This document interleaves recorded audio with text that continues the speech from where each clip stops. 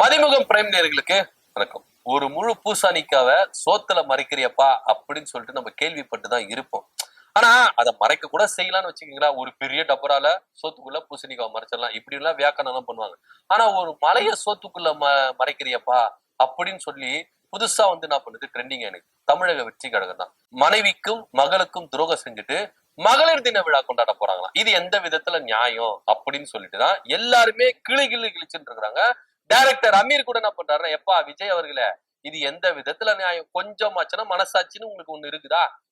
நீங்க உங்க மனைவிக்கு துரோகம் பண்ணிடுவீங்க, உங்க மனைவிக்கு நீங்க கொடுமைப்படுத்திடுவீங்க, உங்க மகளை ஒதுக்கி வச்சிருவீங்க, உங்க அம்மாவுக்கும் நீங்க என்ன பண்ணுவீங்க, குடும்பத்தை விட்டு ஒதுக்கி வச்சிருவீங்க. ஆனா நீங்க என்ன பண்ணுவீங்க, மகளிர் தினம் கொண்டாடுறோம், நாங்களும் மகளிர் தினம் கொண்டாடுறோம், பாத்துக்கோங்க, நாங்கெல்லாம் மகளிருக்கு எந்த அளவுக்கு முன்னுரிமை கொடுக்குறோம், மகளிருக்கு எந்த அளவுக்கு நாங்க சம உரிமை கொடுக்குறோம், அப்படி இப்படின்னு சொல்லிட்டு என்ன பண்றாரு, பீத்திக்கிறதுக்காக இப்படி பண்ணாதீங்க சார் அப்படின்னு சொல்லிட்டு கண்டனங்கள் வலுவா வலுக்கதான் செய்யுது. நீங்க சங்கீதா அவர்கள் ஒரு குற்றத்தை விஜய் மேல சுமத்துறாரு. இதற்கு பொறுப்பாளி விஜய் மட்டும்தான், அதுல எந்த வித மாற்று கருத்தும் இல்ல. அதற்கு பொறுப்பெடுத்து விஜய் அவர்கள் எதுனா தமிழ்நாட்டு மக்களுக்கும், ஏன்னா நீங்க மத்தவங்க உங்க மேல குற்றச்சாட்டு வைக்கிறாங்கன்னா அது அரசியல் அப்படின்னு சொல்லிட்டு நீங்க என்ன பண்ணலாம், கடந்துட்டு போயிடலாம்.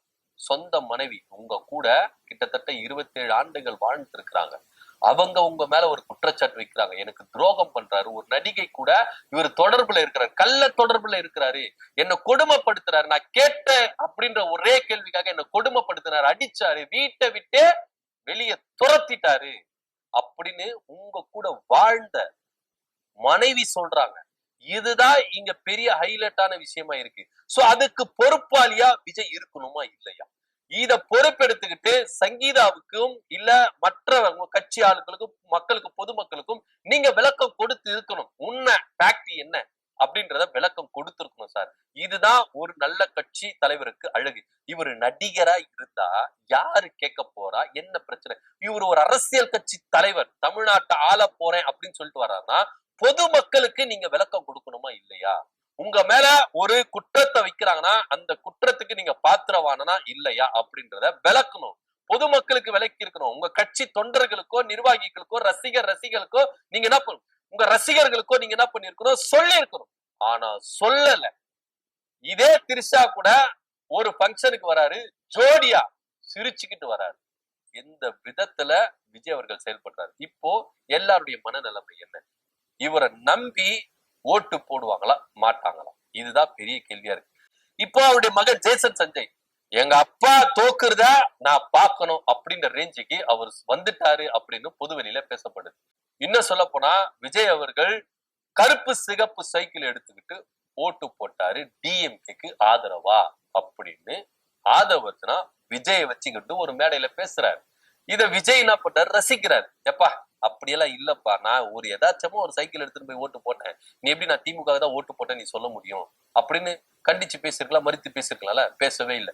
ஆதவர்ஜனா சொல்றதெல்லாம் ஆமா, ஆதவர்ஜனா சொல்றதெல்லாம் உண்மை அப்படின்னு சொல்லிட்டு இவர் என்ன பண்றாரு, அமைதியா இருந்து அதை ரசிச்சு அதை அனுமதிக்கிறாரு.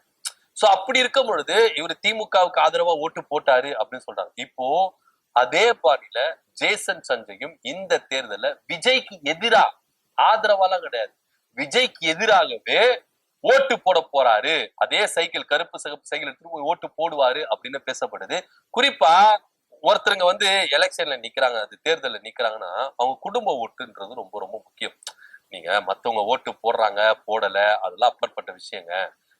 அவங்க குடும்பத்துல இருக்கிறவங்க ஓட்டு போடுறாங்க. இப்ப எடப்பாடி பழனிசாமி நிக்கிறாருன்னா அவங்க குடும்பத்துல இருக்கிறவங்க ரெட்டலைக்கு தான் ஓட்டு போடுவாங்க.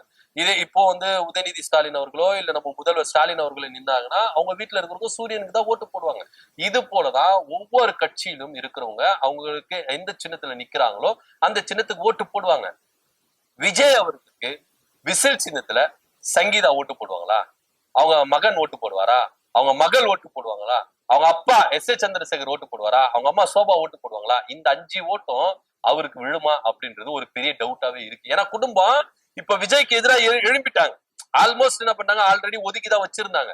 2021 இந்த சம்பவம் நடந்திருக்குங்க, நம்மளுக்குதான் தெரியல, வெளியில வரல, இவங்க குடும்பத்துக்குள்ளேயே நடந்திருக்கு சொல்றாங்க சங்கீதா அவர்கள். இவ்வளவு விஷயம் நடந்திருக்கு, இத தட்டி கேட்டேன்னு சொல்லிதான் என்ன கொடுமைப்படுத்தினாரு, அடிச்சாரு, நான் தாக்குதலுக்கு உட்பட்டேன் சொல்றாங்க. அந்த அளவுக்கு கொடுமைப்படுத்திருக்கிறார் விஜய். விஜய் ஒரு கொடுமையானவர், பெண்களுக்கு எதிரானவர், மனைவியே அவர் என்ன பண்ணிருக்காரு, கொடுமைப்படுத்திருக்காரு. பிள்ளைகளும் என்ன பண்ணிருக்காங்க, எதிர்த்து கேட்டதுனால அவங்களுக்கும் இவருக்கும் தொடர்பே கட் ஆயிருச்சு, கனெக்டிவிட்டியே கட்டு. அந்த ரேஞ்சுக்கு என்ன பண்ணாரு, விஜய் போயிட்டாரு. இப்படி எல்லாம் இருக்கும் பொழுது அம்மாவையும் நீங்க சேர்த்துக்கல, மனைவியும் சேர்த்துக்கல, பெத்த பொண்ணையும் என்ன பண்ணிட்டீங்க, சேர்த்துக்கல. எதுவுமே நீங்க பண்ணல. ஆனா மகளிர் தினம் மட்டும் எப்படி உங்களால கொண்டாட முடியுது?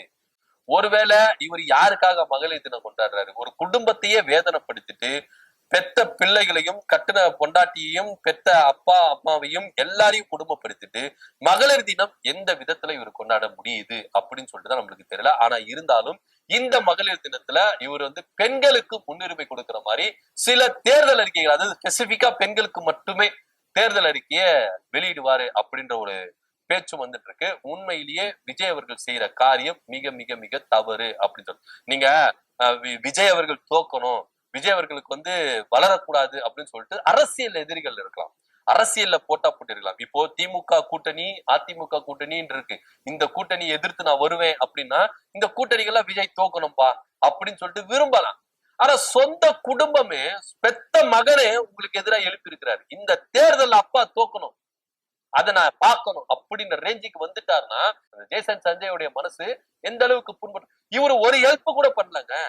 உண்மையிலேயே ஜேசன் சஞ்சயை நம்ம என்ன பண்ணோம், பாராட்டணும். ஏன்னா விஜய் அவர்கள் சினிமாவில் உச்சபட்ச நடிகராக இருந்தாரு. இன்னைக்கு அரசியல் கட்சி தலைவரா வந்துட்டு இந்த அளவுக்கு அவருக்கு வந்து மாசு இருக்குதுன்னா இதுக்கு முழுக்க முழுக்க காரணம் எஸ் ஏ சந்திரசேகர் தான். எஸ் ஏ சந்திரசேகர் அவர் என்ன பண்ணாரு, அவரை வைத்து இயக்குனாரு. சோ விஜய்க்கு எஸ் ஏ சந்திரசேகர் அப்படின்ற ஒரு பிரம்மாண்ட பின்புலம் அவருக்கு இருந்தது. அதன் அடிப்படையில தான் இன்னைக்கு சினிமால உச்சபட்ச நடிகரா இருந்து எல்லாத்தையும் விட்டு அரசியல் கட்சி ஆரம்பிச்சு தலைவரா இருந்து மக்கள் மத்தியில ஒரு நல்ல வரவேற்பு இருக்கு அப்படின்னு சொல்றாங்க. ஆனா ஜேசன் சஞ்சய்க்கு என்னுடைய அப்பாவுடைய பின்புலமும் வேண்டாம், என்னுடைய தாத்தாவின் பின்புலமும் வேண்டாம், நான் தனியாளா வரேன் அப்படின்னு சொல்லிட்டு யாருடைய விஜய் பேரை எந்த இடத்துலயும் இவர் என்ன பண்ணல, யூஸ் பண்ணவே இல்லை. என் திறமைக்கு என்ன பண்ணுங்க, வாய்ப்பு கொடுங்க. அவர் வந்து என்ன பண்ணாரு, டைரக்டர் படிச்சாரு, டைரக்டர் தான் ஆக்டிங் பண்ணணும் அப்படின்றல. இப்போ எல்லாருமே என்ன பண்ணுவாங்க, ஆக்டிங்ல கொண்டு வருவாங்க. அவங்க அப்பா நடிகரா இருக்காரா, அவங்க அம்மா அப்படியே பையன் அப்படின்னு சொல்லிட்டு என்ன பண்ணுவாங்க, நடிகரா வருவாங்க. அம்மா நடிகரா இருக்காங்களா அப்படியே நடிகர். ஆனா இவரு நான் நடிக்கலாம் மாட்டேன், நான் டைரக்ட் பண்றேன். ஏன்னா அதுக்குதான் படிச்சேன், எனக்கு திறமை இருக்கு, என் திறமைய ஒரு ஷார்ட் பிலிம் எடுக்கிறேன் பாருங்க, பார்த்துட்டு எனக்கு ஃபீச்சர் பிலிம் கொடுங்க அப்படின்னு சொல்லிட்டு இன்னைக்கு ஒரு படத்தை எடுத்து ரிலீஸ் பண்ற அளவுக்கு என்ன பண்றாரு, வந்துட்டாரு. ஆனா விஜய் இத குறித்து ஒரு விதத்திலும் சோசியல் மீடியாக்கள் ஒரு போஸ்ட் போடவே இல்லை. இவ்வளவேங்க, அவங்க மகள் பட்டமளிப்பு நிகழ்ச்சியில கூட விஜய் போய் கலந்துக்கல. அந்த இடத்துல அவங்க அண்ணன் ஜெய்சன் சஞ்சய் தான் என்ன பண்ணாரு, கலந்துகிட்டாரு அப்படின்னு சொல்லிட்டு ரொம்ப பேசப்படுது. சோ எல்லா விதத்திலையும் விஜய் அவர்கள் தன்னுடைய பெற்ற பிள்ளைகளை என்ன பண்ணிருக்காரு, ஒதுக்கிதான் வச்சிருக்கிறாரு. சோ அப்படி இருக்கும் பொழுது இன்னைக்கு ஜேசனுடைய மனம் வந்து எந்த அளவுக்கு ஒரு கடினமா ஆகி அப்பா தோத்தே ஆகணும் இந்த தேர்தல, அதை நான் பார்த்தே ஆகணும் அப்படின்ற ஒரு ரேஞ்சுக்கு வராருன்னா எப்படி எடுத்துக்க முடியும்? இது மாத்திரம் இல்லாம இவ்வளவு செஞ்சுட்டு மகளிர் தினத்தை எப்படி கொண்டு, ஒரு மாதர் சங்கம் உங்களை வந்து என்ன பண்ணுச்சு, கடுமையா கண்டனம் தெரிவிச்சு. விஜய் அவர்கள் அவங்க மனைவி சங்கீதாவை சோசியல் மீடியாக்கள்ல இதே டிவிகே கட்சியினர் என்ன பண்றாங்கன்னா அவமதிச்சு பேசுறாங்க, தவறான வார்த்தை சொற்களை போட்டு பேசுறாங்க. இதை விஜய் கண்டிக்காம மௌனமா இருக்கிறாரு. இதை அனுமதிக்கிறாரா? பதில் சொல்லுங்க. ஒரு மாதர் சங்கம் இறங்கி வந்து கேள்வி கேட்டுச்சு, அதுக்கு உங்களுக்கு பதில் சொல்றதுக்கு துப்பு இல்ல. ஆனா நீங்க மகளிர் தினத்தை கொண்டாடுறீங்க. இப்ப ரொம்ப முக்கியமா எப்படிங்க உங்களால முடியுது? ஒரு மனைவிக்கு துரோகம் செஞ்சுட்டு மனைவி எந்த நடிகை மேல சந்தேகப்படுறாங்களோ அதே நடிகை கூட மேட்சிங் ட்ரெஸ் போட்டு ஜோடியா சிரிச்சமே நீங்க என்ன பண்றீங்க, வந்து கல்யாணத்துல கலந்துக்கிறீங்க. அடுத்த 2 நாள்ல நீங்க மகளிர் தினம் கொண்டாட போறீங்கன்னா உங்களை நம்பி இருக்கிற கூட்டத்துக்கு தான். பொதுமக்கள் யாருமே உங்களை ரசிக்கல. இன்னைக்கு பொதுமக்கள் கிட்ட விஜய் அவர்கள் விமர்சனம் செய்யறாங்க, நிறைய பேரு விமர்சனம் செய்யறாங்க. யாரெல்லாம் விஜய்க்கு ஆதரவா பேசுறாங்களோ இன்னைக்கு எல்லாருமே அவருக்கு எதிராக நின்ட்டாங்க.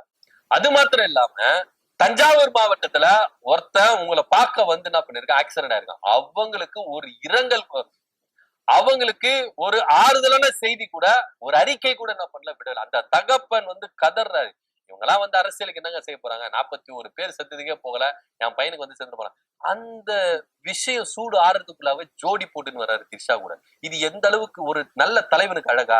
இது எல்லாருமே நம்ம சொல்றாங்க, விஜய்க்கு சொம்பு தூக்குறாங்களா? பர்சனல் லைஃப் தலையிடாதீங்க. பர்சனல் லைஃப் என்னத்த பர்சனல் லைஃப், பர்சனல் அப்ப எதுக்கு அரசியல் கட்சி தலைவர் ஆயிட்டு நான் தமிழ்நாட்டு ஆள போறேன், முதலமைச்சர் ஆக போறேன்னு உங்க தலைவர் வராரு? எவனா ஒருத்த கேள்வி கேட்டீங்களா? தலைவரா வர்றதுக்கு இவ்வளவு எல்லாம் இருக்கணும். உங்க வைஃப் உங்க மேல வந்து ஒரு குற்றச்சாட்டு சுமத்துறாங்கன்னா அது பொறுப்பாளியா இருந்து அது விளக்கம் கொடுக்கணும். தமிழ்நாட்டு மக்களுக்கு விளக்கம் கொடுத்தாகணும். என் மனைவி சொல்றது பொய், என் மனைவி சொல்றது உண்மை, எதனா ஒரு விளக்கத்தை கொடுத்து ஆகணும், கொடுக்க மாட்டேன், நான் சைலண்டா இருப்பேன், ஆனா நான் நடிகை கூட ஜோடி போட்டுன்னு வருவேன்னா இது எந்த விதத்துல நியாயம் அப்படின்றதுதான் சாமானிய மக்களான எனக்கு ஒரு கேள்வி இருக்குல்ல, அதுதான் நான் கேள்வி கேட்கிறேன். ஆனா விஜய்க்குன்னு ஒரு சில கூட்டம் இருக்கு, அவர் செய்யறது எல்லாமே கரெக்ட் தான், அவர் செய்யறது எல்லாமே 100% கரெக்ட் தான், அவர் இஷ்டத்துக்கு தான் செய்வாரு, என்ன வேணா போனா அவர் இஷ்டத்துக்கு செய்யறதுக்கு எதுக்கு தமிழ்நாட்டு முதலமைச்சரா ஆகணும்? கேள்வி கேட்போமா இல்லையா? அவர் இஷ்டத்துக்கு செய்யறது எதுக்கு தமிழ்நாட்டு முதலமைச்சர் ஆகணும்? அப்ப தமிழ்நாட்டு முதலமைச்சரானா அவர் இஷ்டத்துக்கு செய்வாரா? மக்கள் நலனை பார்க்க மாட்டாரா? மக்களுக்காக பார்க்க மாட்டாரா? அவர் இஷ்டத்துக்கு செய்வாரா? கேள்வி கேட்க தோணுமா தோணாதா? நீங்க கட்சியில இருக்கும் பொழுது உங்க இஷ்டத்துக்கு தான் நீங்க செயல்படுவீங்கன்னா கட்சி அப்ப உங்க இஷ்டத்துக்கு தான் செயல்படும். மக்களுக்காக என்ன செஞ்சது? இது வரைக்கும் மக்களுக்காக எதுவுமே செய்யவே இல்லை. இந்த தாவேகா கட்சி மக்களுக்காக என்ன செய்யும்? அவங்க இஷ்டத்துக்கே செய்வாங்கன்னா மக்களுக்கு அப்ப என்ன பண்ணுவாங்க? உங்களை நம்பி ஓட்டு போடணுமா? உங்க இஷ்டத்துக்கே செய்யறதுக்கு மக்கள் ஓட்டு போட்டு உங்களை முதலமைச்சர் ஆக்கணுமா? நான் கேட்கிறேன். நீங்க முதலமைச்சர் ஆயிட்டு உங்க இஷ்டத்துக்கு எல்லாமே செய்வீங்க. பாஜக என்ன சொல்லுதோ உங்க இஷ்டத்துக்கு செய்வீங்க. ஆதவர்ஜன லாட்டரி சீட்டு கொண்டு வரணும் உங்க இஷ்டத்துக்கு செய்வீங்க. புசியானந்து ஒயிட் ஷாப்பிங் வரணும்னா உங்க இஷ்டத்துக்கு செய்வீங்க.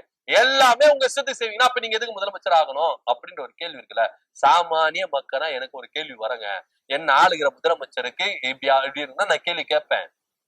அதுக்கு பதில் சொல்ல வேண்டியது விஜய் கடமை. இது பர்சனல் லைஃப் கடந்துட்டு போங்க, பர்சனல் லைஃப் கடந்துட்டு போங்கன்னு சொல்லிட்டு விஜயோட ஃப்ரெண்டுகளோ இல்ல ஒரு நண்பர்களோ எல்லாம் சொல்லலாம். ஆனா ஒரு தலைவரோட போது நீங்க என்ன பண்ணணும்? பொதுவெளியில தோன்றி மக்களுக்கு தெளிவுபடுத்தணும். அதுக்கு நீங்க பொறுப்பாளியா இருக்காங்க. உங்க மனைவி தான் கொடுத்தாங்க, மற்றவர்கள் யாருதான் கொடுத்தவரை எப்ப அரசியல் செய்யறாங்க, அரசியல் காழ்ப்புணர்ச்சி அப்படின்னு சொல்லிட்டு கடந்துட்டு போயிடலாம். உங்க கூட 27 ஆண்டுகள் வாழ்ந்த உங்க மனைவி சொல்றாங்க, அதுக்கு நீங்க பொறுப்பாளியா இருக்கணும். அதுக்கு இறங்கி வாங்க. இதெல்லாம் முதல்ல கிளியர் பண்ணிட்டு முதல்ல உங்க மனைவிக்கு நீங்க சம உரிமை கொடுக்கல, அடிச்சு நீங்க துன்புறுத்தினீங்க, மகளை ஒதுக்கி வச்சுட்டீங்க, அம்மாவை ஒதுக்கி வச்சுட்டீங்க, இப்படி எல்லாரையும் ஒதுக்கி வச்சுட்டு மகளிர் தினம் கொண்டாடுவேனா இது எந்த விதத்துல நியாயம் அப்படின்னு சொல்லிட்டு பொதுவெளியில எல்லாரும் கேள்வி கேட்டு இருக்காங்க. இதை பத்தியோட கருத்து என்ன அப்படி கமெண்ட் பண்ணுங்க. நன்றி, வணக்கம்.